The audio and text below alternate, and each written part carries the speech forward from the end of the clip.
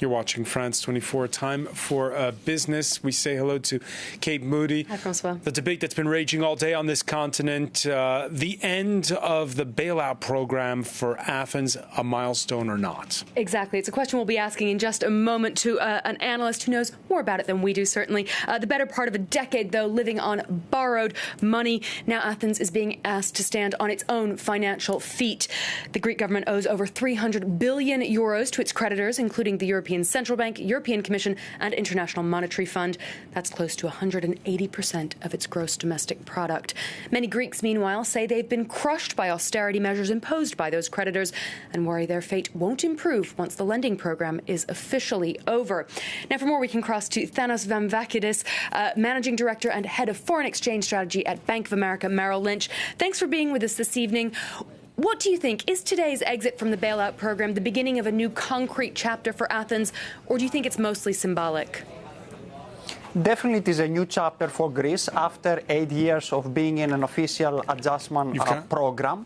Also, there are a lot of positive developments. The economy is finally showing some signs of a recovery, and there is enough liquidity so Greece can survive for at least 2 more years without market access. Moreover, the end of the program goes together with a deal on the debt, which buys enough time for Greece so that the country is not concerned about debt sustainability for now. Having said all that, there are still substantial long-term challenges that Greece will need to address. Now, you mentioned that debt deal that EU creditors finally came to just earlier this summer. It essentially allows the government an extra 10 years or so for its repayment schedule. Do you really think that's enough to make the debt burden manageable and sustainable? It buys time. It doesn't fully address the issue of the very large debt, but it gives enough time for Greece to implement reforms to increase potential growth.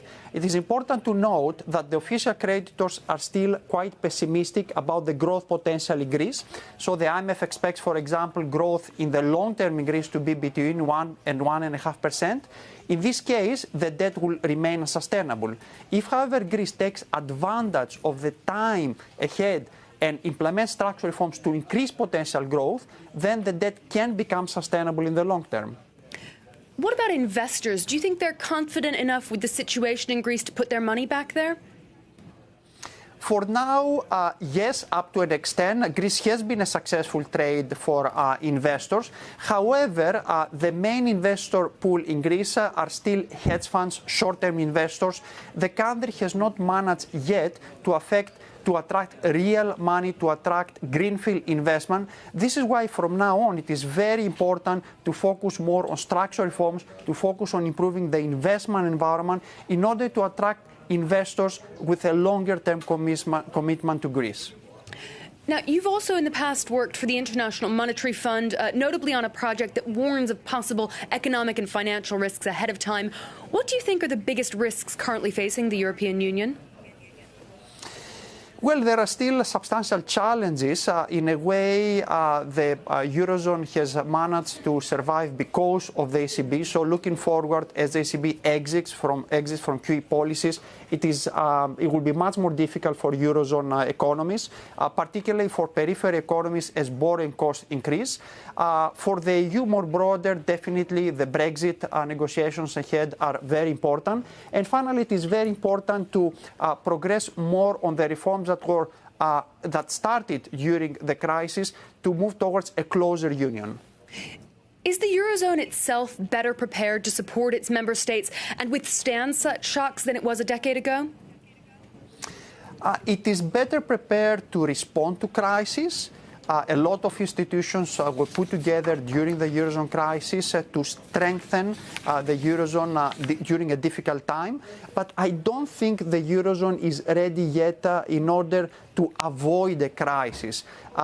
Closer coordination of fiscal policy, banking union, these are reforms that have not been completed, and it is very important to focus on this policy agenda in the years ahead. All right, Thanos Vamvakidis, thank you so much for your insight. Thank you. We just got time for a quick check on the day's trading action. Now, it was a positive close across the board here in Europe. Even the Athens Stock Exchange General Index managing a slight rise on its closing bell. Its overall value is still 60% below what it was before the first bailout was finalized back in 2010. Greek banks do remain the worst performers there. Meanwhile, the DAX rose nearly 1% in Frankfurt. The CAC count about 2/3 here in Paris. Shares of the luxury fashion brand Mulberry tumbled nearly 30% in London as it issued a profit warning linked to the collapse of the department store House of Fraser. And that's all for now. Francois will be back later on with another check of the top business stories today. All right. Many thanks for that, Kate Moody. It's